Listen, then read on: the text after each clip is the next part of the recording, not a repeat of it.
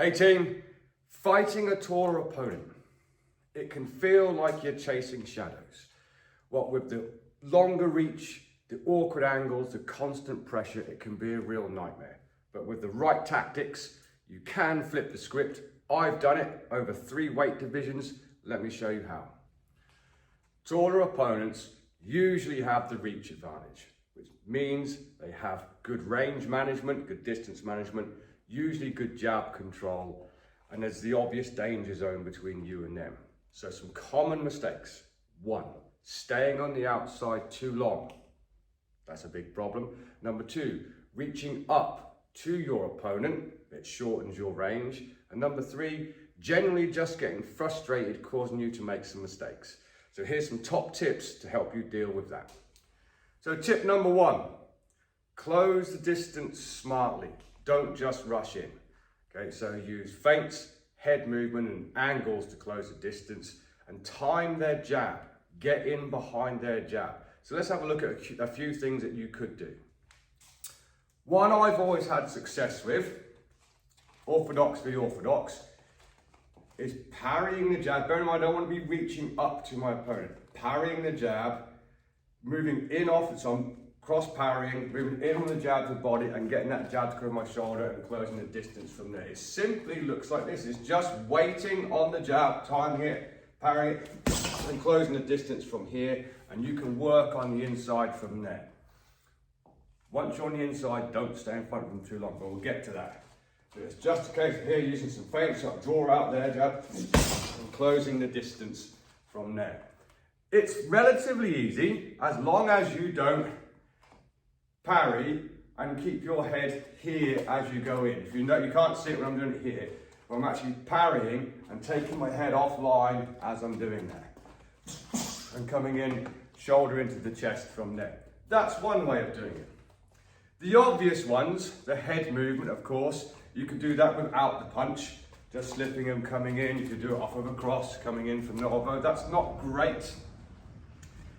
But head movement and closing the distance. Another one, basic, I had great success with, is throwing my jab, putting my high guard, level changing and stepping in and up. Works pretty well. We've got a guy here, I won't mention his name. He is a lot smaller than everyone else that spars. And he does this pretty well. He's got it down. It's not going to work brilliantly first time you try it. It's just here, you never want to be here just doing nothing in front of someone who's taller than you. Yeah, moving your head in here and driving in from here. Great one to work on. And of course, creating some angles.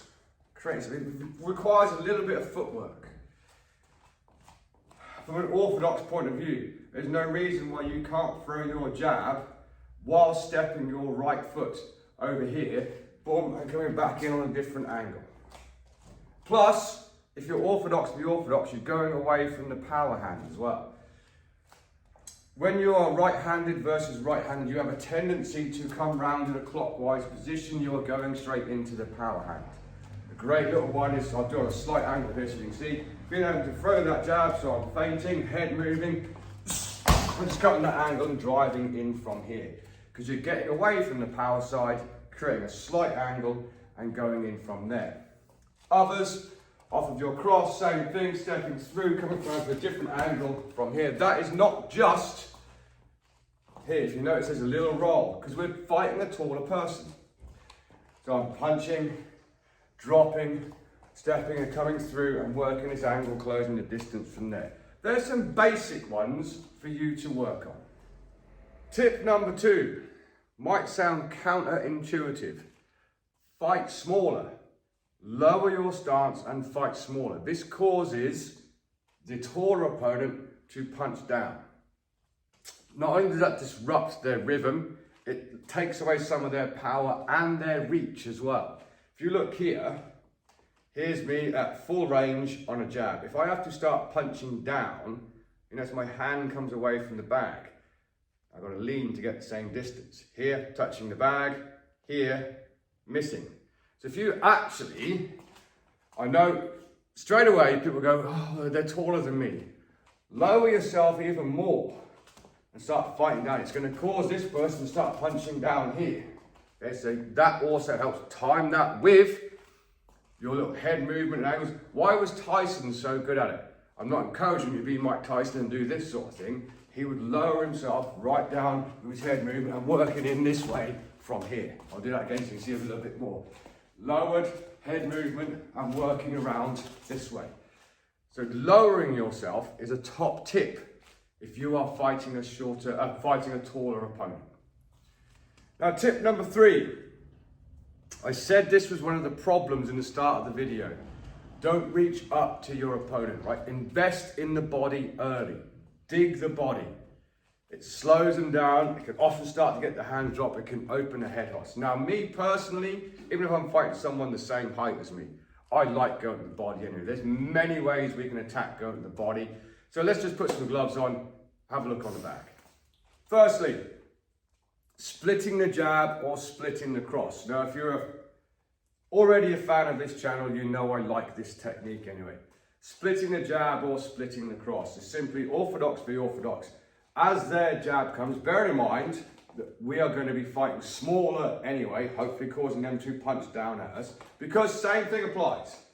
If I'm small and I'm trying to reach up to my opponent, I've got to know, I'm losing some range. So if I'm going to fight small, when that jab comes in, we're going to take a head off line and throw our jab and step in out from here. And I'm just going to dig that to the body. Center of the body if I can. Same with the cross. If the cross comes in, I'm going to take my head off to the right as an orthodox and send that shot in. It's not, okay, so we teach this as a cross. It's not there. Here. Boom. And you can get a surprising amount of power on that from here. Dig it in. And of course, you can follow that up with your angles. Now, again, if you're a fan of this channel, you know I believe that you should be able to fight out of both stances. I'm a switch here. So for me personally, although I would start southpaw, because I'm predominantly a southpaw, it's an easy switch for me to split that cross and come down here and start fighting on the inside in southpaw. Doesn't mean that you can't do that orthodox though. You can just pivot off of your front foot. Split the cross, I'm fighting a bit lower, and come round this way. You can also do the same thing, split the cross, fighting low, split the cross, stepping out underneath, and coming this way with your shot. Same works with your jab. And we here split the jab. As soon as I've split the jab, like we done with the first technique, I can rush in and start working, digging into the body nice and early. Anytime you roll under a shot, I've got a video on it, so I've called it the secret punch everyone forgets. Every time you roll underneath a shot, there's a body shot you can hit. Excuse me. I'm a little bit ill, by the way. So if I'm feinting and I'm fighting a little bit low from here, if I'm rolling underneath the shot, I can dig this shot to the body.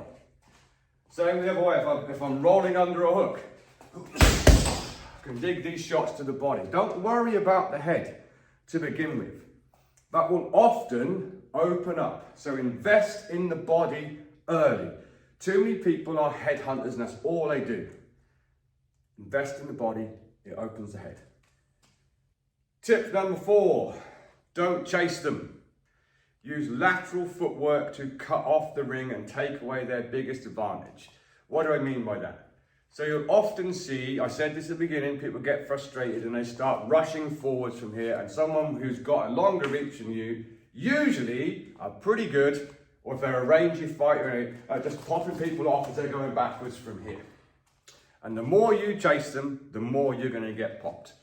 So, what do? Instead of chasing forwards, okay, when they're keeping you on their back foot from here, using lateral footwork just to cut this ring down from here until we get them trapped. Trap them. Now, once we get inside, they no longer have the ability to keep you at that range. You can get inside and start working different angles from the body to the head, working around here. If we get them on the ropes, even better. Yeah, because we don't have that ability to now keep you out here if we can't go backwards. So, Don't just get frustrated and just chasing a straight line from here.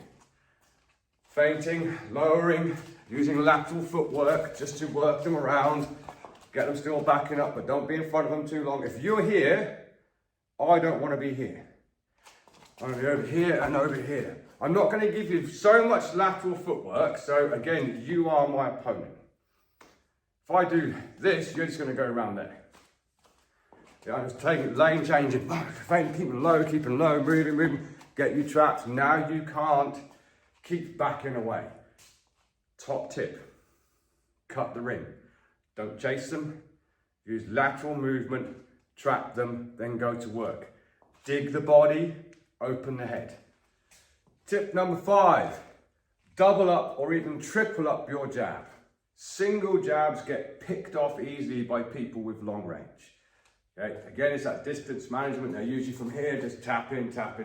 Double it up, triple it up. I love a triple jab. Not only does it disrupt their rhythm, it can put you in a good advantage as well. So stop throwing single punches. And you're working, if you're practicing on the bag, get used to throwing quick double jabs in lateral movement, circular movement, not just in here, because that's when you get picked off. If you're here, you're going to get picked off. There's no reason why you can't jab, just moving that movement. Moving your lateral steps, circling round from here on your jab. Practice it a lot, changing levels of it. Everything to do with that triple or double jab. So it's just from here, changing levels of it, moving it, taking lateral steps of it, changing different ways you're throwing it. Try not to get in the habit of throwing a single jab and getting frustrated, unless you're going to do it after a movement, before a movement, i.e. what we spoke about here, boom, in, timing their jab, that's a different story. Don't get frustrated, taller opponent, and just throw a single shot. Make them work for it. As a bonus tip, use your clinch wisely. If you've closed the distance, you've done all that work, you've got in behind the jab, don't just stay here locked in, hands up, and just throwing some shots from here. Use it wisely. What do I mean by that? So, quite often, if I'm here and I'm moving sort of glove to glove, and if I go to change, just without doing anything, just go to change the angle, this person changes as well. So, that'll be left hand to right hand to left hand. Take your hand, give them a little tap, change the angle. Now start working. Same on the other side. Left hand to right hand. Give it a little push. Boom, change the angle. Yes, you would be fighting out of the opposite stance. If you're a right-hander and you're just pushing and taking your left foot back, you'll be fighting out of a southpaw stance. But that's part of using your clinch wisely. The more you're in there and just staying in front of someone, the more you've done a load of work to get there and not really taking advantage of it. And also, if you get in trouble while you're there, lock on. Referee will break you. Okay, so if the taller person is getting the advantage of you in the clinch, tie up, ref will reset you. You just got to work to get back in behind your jab from there. So if you're here, give that hand a push. Change the angle. Here, push. Change the angle from there. And of course, don't think just about being here and throwing shots to the head. Work the body, work the head, and of course, center line shots often open up the flank. Body shots to the center will open up the flank as well, and vice versa. Flank, center line. Work all those type of shots in there. Don't just be that person who goes, Here, use your clinch wisely. As a final tip, and as strange as it might sound, if you're having trouble, try switching stance. And often as well. It's confusing for someone who, if you're with someone who's not used to seeing someone southpaw, it is confusing. And it can also create some interesting angles for you as well, which is one of the reasons why I like switch stance fighting. But if you're having real trouble from here, just take a step and switch stances. It produces a different angle and a different look for the person. Once you're here, just step and switch stances again. Yeah, so if I'm up here, so what I'm not doing is I'm not going like this. I'm just here, I'm going to step and just change that angle a little tiny bit. Yeah, I'm going to step and change that angle a little tiny bit. Try it on your bag, as in just try throwing some basic combinations in your opposite stance. Get used to it. It feels all right eventually. And then if you are having trouble with that taller opponent from here, I can just step and just change that position from here to step, change that position, and you can start cutting people down that way as well. That's another tip that you should probably start thinking about. So if you have a fight coming up with someone you know is a taller opponent, or you're sparring someone in the gym and they're getting the better of you because they're taller, and you've got any questions, drop me a comment. Also, if you simply want part 2 to this because you found it interesting, put it in the comments. So yeah, part 2 please, that would be great. Something for you to work on. In the meantime, train hard, train smart, train intelligently, and I'll see you soon.